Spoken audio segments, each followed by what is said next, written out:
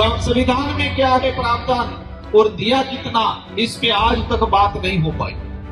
बात इसलिए नहीं हो पाई है क्योंकि हमारा क्षेत्र भोला भाला रहा।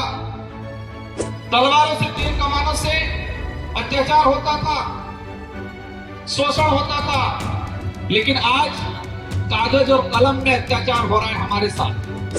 अगर आरक्षण देना चाहते तो लड़ने का काम क्यों कर रहे हो? बंटवारा होना चाहिए क्षेत्रीय आधार पे। मीणा अलग हो जाए, भील अलग हो जाए, डामर अलग हो जाए, सहरिया अलग हो जाए, गरासी अलग हो जाए। अगर इस इलाके के अंदर मीणा समूह होता तो इतिहास में ये पढ़ाया जाता कि महाराणा प्रताप के साथ मीणाओं की सेना लड़ी, भीलों की सेना लड़ी, ये नहीं पढ़ाया जाता। कुछ लोग सोचते होंगे कि संगठन चल रहा है, रैलियां निकाल रहे हैं, क्या होगा, लेकिन चिंता मत करो, उबाल आएगा। हर घर से क्रांति जगेगी। जैसे रिजर्वेशन प्रावधान हुआ, कितना मिल रहा है, कितना मिलना चाहिए, ये पर्चा बढ़ा के हर घर पे चिपकाएंगे बाहर। हर घर में पैदा हुआ बच्चा जिस दिन समझदार हुआ, जिस दिन बोलना सीखे, उस दिन, जिस दिन समझदार और बोलना सीखा, उस दिन से ही अपने अधिकार को जानने लग जाए। ऐसी क्रांति लाने का अपन सब मिलकर काम करेंगे। बांसवाड़ा में कार्यक्रम हुआ पहला, और सेकंड कार्यक्रम अपना प्रतापगढ़ जिला मुख्यालय पे। मैं मंच पे हमारे जो महापुरुष जिनकी प्रतिमा तस्वीरें जो लगी हुई है, इनको नमन करना चाहूंगा। इनको नमन करते हुए मैं मेरी बात को शुरू करना चाहूंगा। आज जिस बात को लेके हम यहाँ पर एकत्रित हुए हैं, जिस समस्या को लेके हम यहाँ पर एकत्रित हुए हैं, अनुसूचित क्षेत्र आरक्षण मोर्चा, तो ये मंच पे जो हमारी जो प्रतिमाएं लगा रखी है, हमारे बिरसा मुंडा से लगा के ज्योतिबा फुले, जयपाल सिंह मुंडा, भीमराव अम्बेडकर जी, जिस आरक्षण की अपन बात कर रहे हैं, जिस आरक्षण की अपन लड़ाई लड़ रहे हैं, इन महापुरुषों की देन है जो संविधान के अंदर सम्मिलित हुआ, 5वीं अनुसूची। और बड़े दुख के साथ कहना पड़ रहा है, सरकारें कोई भी रही हो, लेकिन आज तक अनुसूचित क्षेत्र का रिजर्वेशन पॉलिसी संविधान के अंदर क्या है, सरकार ने कब कब कैसे नियम बनाए, संविधान में क्या है प्रावधान और दिया कितना, इस पे आज तक बात नहीं हो पाई। बात इसलिए नहीं हो पाई है क्योंकि हमारा क्षेत्र भोला भाला रहा। हमारे यहाँ की जनता हर किसी की बात पे विश्वास करने वाली रही। शिक्षा की कमी रही, हमें संविधान का ज्ञान किसी ने नहीं दिया। जो 1950 में बना उसकी बात किसी ने नहीं की, लेकिन 5000 साल पहले, 10,000 साल पहले काल्पनिक क्या घटनाएं हुई, उसकी एक एक कड़ी हमारे समुदाय के लोगों को, बड़े बुजुर्गों को, हमारे रिटायर्ड कर्मचारियों को बताया गया। आप सबने अनुभव किया होगा कि हमारे पूर्वज या हमारे बाप दादा भी जो बड़े बुजुर्ग 60-70 साल की उम्र वाले हैं, स्कूल में नहीं गए होंगे, लेकिन ऐसी चीजें जानते हैं जो किसी कथावाचक के माध्यम से, किसी बैठक में सुना, जो 800 साल पुराना काल्पनिक घटना का एक एक कड़ी जानकारी में है, लेकिन संविधान के अंदर हमारा अधिकार किस अनुच्छेद में है उसकी बात किसी ने नहीं की, नहीं हमको बताया गया।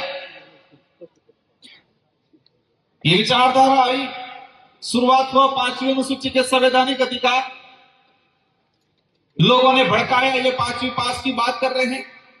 हमारे बड़े बुजुर्ग कहने लगे 5वीं पास, क्योंकि हमारे बड़े बुजुर्गों को 5वीं अनुसूची क्या है वो नहीं बताया किसी ने, नहीं पाठ्यक्रम में पढ़ाया जा रहा है।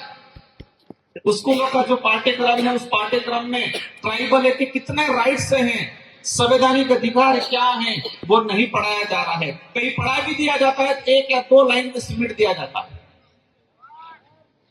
आज बड़े दुख के साथ कहना पड़ रहा है कि हमारे साथ जितना जो अन्याय हुआ है, मैं कई बार कहता हूं कि पहले तलवारों से, तीर कमानों से लड़ाइयां लड़ते थे, तलवारों से, तीर कमानों से अत्याचार होता था, शोषण होता था, लेकिन आज कागज और कलम में अत्याचार हो रहा है हमारे साथ। कलम के माध्यम से कागजों में हो रहा है और वो हमें एहसास भी नहीं हो रहा है। जब सुप्रीम कोर्ट ने कहा कोटे में कोटा, केंद्र सरकार को कहा और केंद्र सरकार ने सभी राज्यों के छोड़ दिया कि राज्य अपने हिसाब से करें। अगर सच में हमारा इलाका वंचित है, उसको रिजर्वेशन देना चाहते तो टीएससी की बैठक बुलाते। सबसे पहले जितने ट्राइबल एमएलए हैं उन सारे एमएलए को बुला के पूछते क्या राय है सबकी। आज तक वर्तमान सरकार ने ट्राइबल एडवाइजरी काउंसिल की बैठक नहीं बुलाई। अब हमारे बड़े बुजुर्गों को ट्राइबल एडवाइजरी काउंसिल क्या है उसके बारे में भी नहीं पता है। वो पता इसलिए नहीं है कि आज तक इसके बारे में चर्चा नहीं हुई। माहौल बना दिया गया कि वो खा गया आरक्षण, वो खा गया, उसने ये किया वो किया। स्वाभाविक है जो जागरूक पहले हुआ, स्वाभाविक है जिसकी पहुंच राजधानी के नजदीक थी, लाभ लिया। अगर आरक्षण देना चाहते तो लड़ने का काम क्यों कर रहे हो? बंटवारा होना चाहिए क्षेत्रीय आधार पे, और क्षेत्रीय आधार पे इसलिए क्योंकि ये कैसे चाह रहे हैं मीणा अलग हो जाए, भील अलग हो जाए, डामर अलग हो जाए, सहरिया अलग हो जाए, गरासी अलग हो जाए। अब ये बता दिया जाए मुझे प्रतापगढ़ का हमारा भाई जो आहारी है, डूंगरपुर में भी आहारी है, डूंगरपुर का आहारी भील लगाता है, यहाँ का आहारी मीणा लगाता है, कि यहाँ का आहारी जो मीणा लगाता है वो कोरोली सवाईमाधोपुर के भाइयों से कंपटीशन कर पाएगा? अगर सच में रिजर्वेशन वर्तमान सरकार देना चाहती होती, सुप्रीम कोर्ट की भी भावना होती, तो क्षेत्रीय आधार पर बंटवारा हो जाए। इस क्षेत्र में हमारी सबसे पहली मांग ये है, अज्ञानता वंश या षड्यंत्र के तहत या किसी भी तरीके से जो हमारे यहाँ भील समुदाय का इसका मीणा लिखा गया उसका पहला संशोधन किया जाए। अगर इस इलाके के अंदर मीणा समूह होता तो इतिहास में यह पढ़ाया जाता कि महाराणा प्रताप के साथ मीणाओं की सेना लड़ी, भीलों की सेना लड़ी, ये नहीं पढ़ाया जाता। यहां भीलकोर बटालियन नहीं खुलती, यहां मीणाकोर बटालियन खुलती। हम इतिहास की परिपाटी में जाए और कागजों में भी जाते तो 1960 से पहले जब देखा जाएगा सबका भील मिलेगा। तो मैं वही बात कहता था, पहले हथियारों से अत्याचार शोषण होता था, भेदभाव होता था, हमारे साथ अन्याय होता था। अब कागजों में हो रहा है। पहले हथियारों से होता था, हमें नजर आता था, हमें एहसास होता था। अब कागजों में हो रहा है, और कागजों में ऐसा हो रहा है हमको पता भी नहीं चल रहा है। 50 साल गुजरने आगे लेकिन अभी तक पता नहीं चलेगा। आज भी गुमराह करते हैं। हमारी लड़ाई किसी भी पार्टी या किसी से नेता से नहीं है। हमारी लड़ाई सच्चाई को लेके है, हमारी लड़ाई हमारे अधिकारों को लेके है। प्राइवेटीकरण, कुछ लोग कह रहे गुजरात मॉडल। हम आरक्षण की लड़ाई लड़ रहे हैं, दूसरी तरफ बैकडोर एंट्रिया। इस इलाके में पंचायत साइट लगाया 2017 में, लगभग 10 से 15 हजार पंचायत साइट लगे। 4-5 साल बाद उन पंचायत साइट को सरकारी कर दिया गया, रिजर्वेशन पॉलिसी खत्म। आज विधानसभा के तहत लग रहे कॉलेजों में, आज मेडिकल में प्लेसमेंट एजेंसी के तहत कंपाउंडर डॉक्टर लगने शुरू हो गए।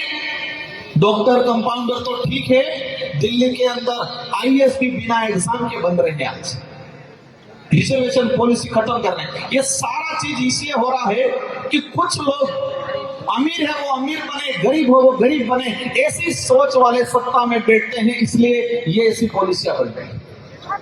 बाध्यता काले को लड़ाई चली हमारी, 33% बाध्यता रख ली, और उसी वजह से इस इलाके से हमारे बच्चे भी क्वालिफाई नहीं हो पाए। कुछ कमियां हैं हम मानते हैं, उसमें हम लोग भी सुधार करेंगे, लेकिन कम से कम अवसर तो मिलना चाहिए, और अवसर देने की जिम्मेदारी सरकार की है। और हमारे वर्तमान में देखा गया है, मैं इस मंच से नहीं कहना चाह रहा था लेकिन बात निकल गई, इसलिए कुछ नेता सिर्फ कटाक्ष करने पे, जब भी अधिकार की बात करेंगे, शिक्षा की बात करेंगे, स्वास्थ्य की बात करेंगे, रिजर्वेशन की बात करेंगे, वो धर्म की चटनी चटाने के आ जाएंगे हर मुद्दे पे। जब भी इस इलाके का कोई भी नेता, आम जनता अधिकार की, स्वास्थ्य सुविधाओं की बात करेगा, रिजर्वेशन की बात करेगा, न्याय की बात करेगा, धर्म की चटनी चटाना आ जाती है। इनका एजेंडा है कि हम कमजोर रहे, परजीवी बने रहे, ये नहीं चाहते हैं कि गरीब आत्मनिर्भर बने, क्योंकि गरीब आत्मनिर्भर बन गया तो उनकी राजनीतिक रोटियां सेकना बंद हो जाएगा, क्योंकि फिर आत्मनिर्भर बन गया तो सही गलत का फैसला करना लगेगा, सवाल जवाब करेगा। इसलिए सारे साथियों की जिम्मेदारी है कि ये लड़ाई मेरे अकेले की, इस मंच पे विराजमान ये जो जनप्रतिनिधि हैं, जो विधायक जी, इनके अकेले के नहीं, हम सब की लड़ाई है और उस लड़ाई को संवैधानिक तरीके से लड़ना है। कुछ लोग सोचते होंगे कि संगठन चल रहा है, रैलियां निकाल रहे हैं, क्या होगा, लेकिन चिंता मत करो, उबाल आएगा, हर घर से क्रांति जगेगी। और हम इस एक साल के अंदर ऐसा करने वाले हैं कि रिजर्वेशन क्या है, आरक्षण क्या है, कैसे रिजर्वेशन प्रावधान हुआ, कितना मिल रहा है, कितना मिलना चाहिए, ये पर्चा बढ़ा के हर घर पे चिपकाएंगे बाहर, हर घर के बाहर। हर घर में पैदा हुआ बच्चा जिस दिन समझदार हुआ, जिस दिन बोलना सीखे, जिस दिन समझदार और बोलना सीखा, उस दिन से ही अपने अधिकार को जानने लग जाए। ऐसी क्रांति लाने का अपन सब मिलकर काम करें, क्योंकि उन्होंने अंधकार में रखने का काम किया, हमारे अधिकारों पे पर्दे डालने का काम किया। इसलिए हम मुहिम छेड़ेंगे अपन सब मिलकर, आप सबके साथ सहयोग से, जो घर में बैठे हैं, क्योंकि आज माहौल बना हुआ है, किसी सरकारी कर्मचारी के परिवार से कोई यहाँ पर आ जाए तो उसका ट्रांसफर हो जाता है, कहते हैं। पर एक बात समझना, जितने नेता, कर्मचारी, अधिकारी को जो न्याय की बात करता है, जो समाज की बात करता है, जो अधिकार की बात करता है, उस कर्मचारी को ट्रांसफर परेशान करने का काम करते हैं। लेकिन जो नेता, जो अधिकारी, कर्मचारी को जो न्याय की बात करता है, उसको परेशान करते हैं। उन नेताओं के बच्चे, मैं कहना चाहूंगा, कम से कम तुम्हारे बच्चे उस काबिल बनाओ जिस अधिकारी को, कर्मचारी को परेशान। तुम्हारा बच्चा तो बनाओ एखादा कर्मचारी, अधिकारी। जितने नेता परेशान कर रहे हैं, इन सारे नेताओं को देख लो कि उनके बच्चे क्या कर रहे हैं। जिस गरीब घर का व्यक्ति मेहनत करके नौकरी लगा है, उसको तुम परेशान कर रहे हो। कम से कम तुम्हारे बच्चे को तो बना के दिखाओ एक बार, कम से कम उस काबिल। फिर पता चलेगा कैसे तकलीफ होती है, कैसे बनता है, कितना पसीना आता है।